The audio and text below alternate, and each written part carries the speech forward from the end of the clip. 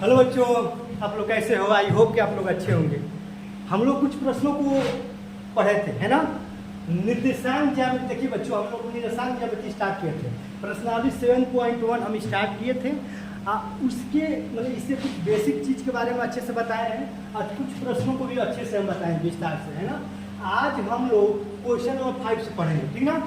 तो अगर आप लोग 7.1 के पार्ट 1 के अगर आप लोग नहीं पढ़े हो तो जाकर पढ़ लीजिएगा, है ना। ये हमारा सेकेंड वीडियो है, ठीक ना। और सब बताओ कैसे हो आप लोग? आई होप कि आप लोग अच्छे होंगे, है ना, और मस्त होंगे, है ना। भोजन हो गया कि नहीं? हो गया है ना। हाँ चलो देखो,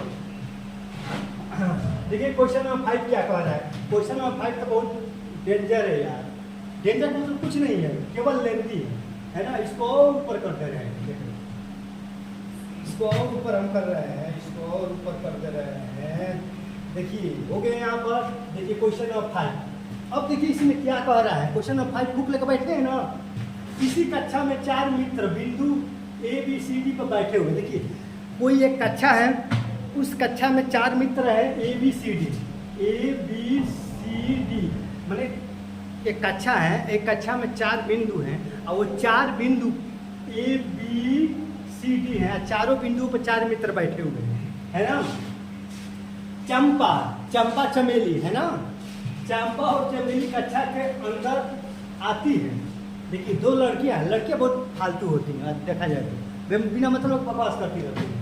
देखिए यहाँ पर, अब यहाँ पर भी देखिए एक चंपा एक चमेली है। अब लड़की है मतलब देखा तो बकवास करिए क्या कर रहे हैं। देखिए चंपा और चमेली कक्षा के अंदर आती है और कुछ मिनट तक देखने के बाद चंपा चमेली से पूछती है, क्या तुम नहीं सोचती हो कि ABCD एक वर्ग है? अब बताओ, वो बेचारे लड़के बैठे हुए हैं तो ये दोनों लड़के टपक जाती हैं। आपको अरे क्या ये आप मैंने चंपा चमेली से कहती है, क्या आप ये नहीं सोचती हो कि जो चारों बिंदु पर जो बच्चे बैठे हैं वो एक वर्ग है कि नहीं? अब बताओ मतलब क्या लड़के के बारे में सोचने का इन लोगों का काम है। बिना मतलब तो लड़के के बारे में सोचती है। अब देखो चंपा चमेली से पूछती है, क्या तुम नहीं सोचती हो कि ABCD एक वर्ग है? चमेली इससे सहमत नहीं है, चमेली सहमत नहीं है। दूसरे दूरी सूत्र का प्रयोग करके बताइए कि हाँ। अब हमें बताना है। चंपा चमेली से तो वो तो कह के चली गई, क्या आपको ये मालूम है कि ABCD एक वर्ग है? लेकिन चंपा चमेली से कहती है, लेकिन चमेली संतुष्ट नहीं है कि ये वर्ग है कि नहीं है। तो ये कह रहा है कि आप बताइए कि वो वर्ग है कि नहीं है। चलिए हम बता रहे हैं। वो लोग तो बिना मतलब का आकर सुलझा के चली गई, फंस गए लड़के ही हमेशा फंसते हैं बच्चों, इसीलिए आप बच के रहिएगा, है ना। हाँ आप भी समझिएगा, कभी ना कभी आप भी अगर सतर्क नहीं रहेंगे तो फंस जाएंगे, क्योंकि अधिकतर फंसते हैं लड़के ही। लड़कियां तो अपना काम निकाल कर चली जाती है। देखिए अब यहाँ पर हम निकाल रहे हैं। देखिए यहाँ पर, देखिए यहाँ पर बिंदु निकालिए 4 पर। बिंदु कैसे निकालते हैं ये भी आप लोगों को मालूम होगा, क्योंकि क्लास 9th में अच्छे से पढ़े। देखिए ये x है, आप समझते हैं ना। ये जो है ये x वाला है और ये जो है आपका ये ऊपर वाला y वाला है और ये x वाला है। तो इधर जाएंगे तो x और इधर जाएंगे तो y। तो आप बिंदु होता है, देखिए बिंदु होता है, बिंदु होता है x और y। पहले x का मान उसके बाद y का मान। x का मान यहाँ पर जाएंगे तो x का मान कितना है? 1 2 3, x का मान 3। देख रहे हैं, समझने का प्रयास करिएगा। ये 3 है तो x का मान 3 हो गया। आप ऊपर y पर कितना चलेंगे? मिलाइए। देखिए यहाँ पर बिंदु है तो मिलाइए, तो यहाँ से मिल रहा है कि नहीं, फिर यहाँ पर मिल रहा है कि नहीं। देख रहे हैं कि x अक्ष पर 3 और y अक्ष पर 4, तो 3 4 ये बिंदु हो गए। पहला बिंदु तो निकालिए। b पर जाइए, b देख रहे हैं कि ये 7 हो गया और ये 6 हो गया। तो यहाँ पर x वाला 6 हो गया, y वाला 7 हो गया ना। अब चलिए आप c पर चलिए। तो c में देख रहे हैं कि ये x वाला, x में कितना आ गया? x में तो 9 आ गया, है ना। और y वाला में कितना आ गया? y वाला में 4 है। यहाँ हो गया आपका 4। d पर चलिए। d पर देख रहे हैं कि मिलाइए, इसको यहाँ पर मिलाइए, इस तरह इसको यहाँ पर मिलाइए। तो मिला रहे हैं तो x अक्ष पर कितना है? x अक्ष पर आपका 6 है और y पर कितना है? y पर 1 है ना। तो 6 और 1। आई होप कि आप समझ गए हो कि ये बिंदु किस तरह निकाला गया है ना। क्योंकि बिंदु निकालने में कुछ है नहीं, केवल पहले वाला x का मान होता है, उसके बाद क्या होता है, y का मान होता है ना। अब इसको मिलाओ, देखो इसको हमने मिला दिया, देखिए दूसरे पेन से मिला रहे हैं, है ना। इसको हमने मिला दिया, है ना, देखिए ये 3 है, ये 3, इसको हमने मिला दिया, ठीक। फिर AC को मिलाओ, इसको हमने मिला दिया, फिर AD CD को मिलाओ, CD बिंदु को मिलाओ, मिला दिया, और फिर AD बिंदु को मिलाओ, हमने मिला दिया, ठीक ना। समझ में बात करो, देखिए सबके यहाँ पर 3 4 6 7 9 4 6 एक बिंदु भी निकाल दिए, सबको मिला भी दिए। अब कह रहा है कि दूरी सूत्र का प्रयोग करके बताइए कि ये एक वर्ग है कि नहीं। तो आप जानते हैं कि वर्ग किसे कहते हैं, वो जिसकी सभी भुजाएं बराबर हो और जिसका विकर्ण भी बराबर हो। देखिए वर्ग का सभी कुछ बराबर होते हैं। अगर आप लोग वर्ग हुआ, त्रिभुज हुआ, समलंब चतुर्भुज हुआ, समांतर चतुर्भुज हुआ, पतंग चतुर्भुज हुआ, अगर इसके बारे में अगर आप नहीं जानते हैं तो ऑलरेडी हम वीडियो बना कर अपलोड कर दिए हैं, अच्छे से पूरा विस्तार से बना कर, उसको जाकर आप पढ़ लीजिएगा, है ना, नहीं तो फिर आप ही को परेशानी होगा। तो ये कह रहा है वर्ग, और वर्ग की विशेषता क्या है, जिसकी सभी भुजाएं और विकर्ण बराबर हो वही वर्ग होता है। तो विकर्ण किसे कहते हैं, देखिए इसका नाम विकर्ण इसी को कहते हैं। ये आपका एक ये विकर्ण हो गया, आपका ये एक ये विकर्ण हो गया, है ना। तो निकालिए, चलिए पहले हम निकाल रहे हैं ये बी निकालिए, ए और बी है ना, तो पहले ए बी निकालिए। देखिए ए बी के बीच दूरी सूत्र निकालो, x1 का मान 3, x1 x2 का मान 6 का स्क्वायर, y1 का मान 4, y2 का मान 7 का क्या हो गया स्क्वायर, है ना। चलो हल करो, 6 में 3 जगह 3, तितली के 9 होगा ना, 4 में 7 जगह 3, तितली के 9, कितना हो गया बच्चों 9 9 9 18, यानी अंडर रूट में कितना हो गया आपका, अंडर रूट में 18 आ गया। अब निकालो किसका मान, ए बी, अब BC का मान निकालो, किसका मान निकालो, अब BC का मान निकालो। चलो BC का मान, x1 का मान 6, x1, x2 का मान 9, है ना, का होल स्क्वायर, y1 का मान 4 7 का स्क्वायर निकालो। अब देखो यहाँ पर 6 में 9 जगह 3, 3 की स्क्वायर, तितली के 9, 7 में 4 जगह 3, 3 की स्क्वायर, तितली के 9, तो कितना हो गया बताओ, ये भी 18 ही आ गया, है ना, हो गया ना आपका AB और BC। अब आप CD निकालो, अब आपका CD निकालो, है ना।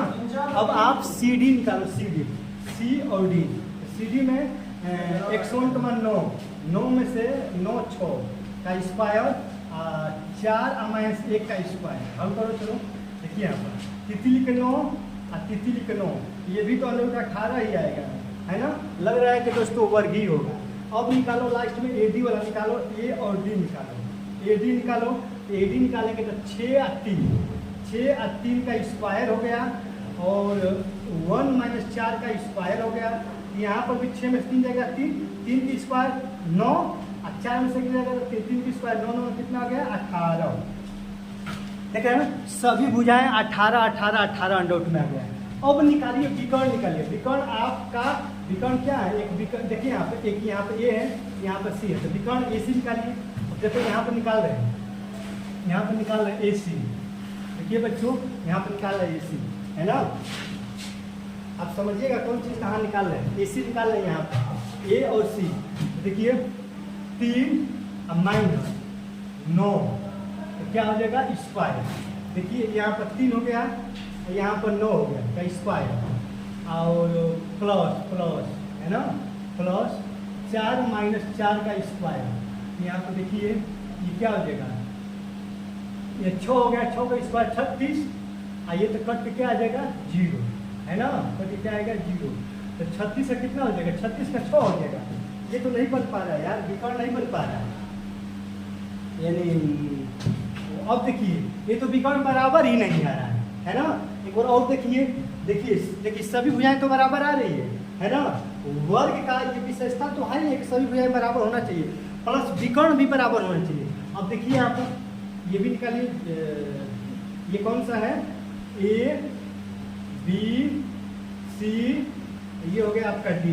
तो आप BD निकालिए, क्या निकालिए B और D, ये भी BD भी निकालिए, दिखाई दे रहा है ना, इधर ही दिखाई दे रहा है। BD निकालिए, देखिए तो BD में x1 का मान 6 हो गया, x1 और x2 का मान भी 6 का स्क्वायर, प्लस 7 - 1 का स्क्वायर, तो कितना हो जाएगा, देखिए ये हो गया 0 और 7 से 6 का 36 हो जाएगा, और 36 अंदर से बाहर निकलेगा तो 6 हो जाएगा। कितना हो गया BD, है ना। 1 मिनट, BD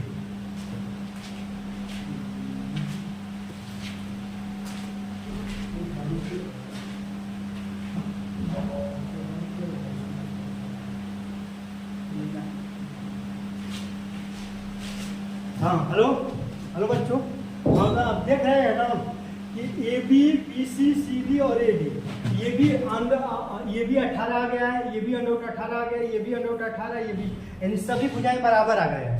और इनका विकर्ण भी है, विकर्ण भी आपस में बराबर हो गया है। देखिए AC का मान कितना है, AC का मान 6 है, ये जो विकर्ण भी आपस में क्या है, बराबर है। अब BD का मान कितना है, 6 है। तो विकर्ण देखिए यहाँ पर सभी भुजाएं भी बराबर आ गए हैं, और विकर्ण भी क्या हो गया है, ये विकर्ण इस विकर्ण के बराबर आ गया है ना। तो वर्ग में क्या होता है बताओ, वर्ग में सभी भुजाएं बराबर होती हैं और विकर्ण बराबर होता है। तो सभी भुजाएं बराबर हो गई है कि नहीं, सभी भुजाएं बराबर हो गई हैं और विकर्ण भी बराबर हो गया है, यानी ये एक वर्ग है। क्या है, ये एक वर्ग है ना। तो आई होप कि आप समझ गए होंगे। अब कह रहे हैं यहाँ निम्नलिखित बिंदु द्वारा बनाया चतुर्भुज, हाँ चतुर्भुज का प्रकार बताना है। देखिए यहाँ पर ये सब प्रश्न दिए हैं, क्वेश्चन नंबर 6 में ये सब प्रश्न दिए हैं, और चतुर्भुज का प्रकार बताना है कि कौन सा चतुर्भुज है। तो पहले तो इसको पढ़ने से पहले आप चतुर्भुज का प्रकार आप पढ़ लीजिए, है ना। चतुर्भुज के बारे में आप डिटेल से जान लीजिए कि चतुर्भुज क्या है। इसके बारे में अभी हम बताएं कि इसके बारे में अच्छे से हम वीडियो बनाकर अपलोड कर दिए, है ना। कि चतुर्भुज कई प्रकार का होता है। देखिए आयत भी एक प्रकार का चतुर्भुज है, वर्ग भी एक प्रकार का चतुर्भुज है ना। समांतर चतुर्भुज भी एक प्रकार का चतुर्भुज है, समझ रहे हैं ना। समलंब चतुर्भुज भी एक प्रकार का चतुर्भुज है। तो इनकी सब विशेषताएं, प्रॉपर्टी के बारे में हम सब बता दिए। तो अगर आप इनकी विशेषताएं, प्रॉपर्टी के बारे में अगर आप अच्छे से जानेंगे, समझ में आ रहा है ना, तभी आप इस सवाल को अच्छे से हल कर पाएंगे। चलिए अब हम स्टार्ट कर रहे हैं। क्वेश्चन नंबर 6 जो है, क्वेश्चन नंबर 6 में बताना है कि ये जो चतुर्भुज है, चतुर्भुज किस प्रकार का चतुर्भुज है। चलिए यहीं पर बता रहे हैं। क्वेश्चन नंबर यहाँ, हाँ बच्चों देखिए हम क्या कर रहे थे। क्वेश्चन नंबर 6 में यही बताना है किस प्रकार का चतुर्भुज है। इसको हम हल कर रहे थे, है ना। इसको हल कर रहे थे यहाँ पर।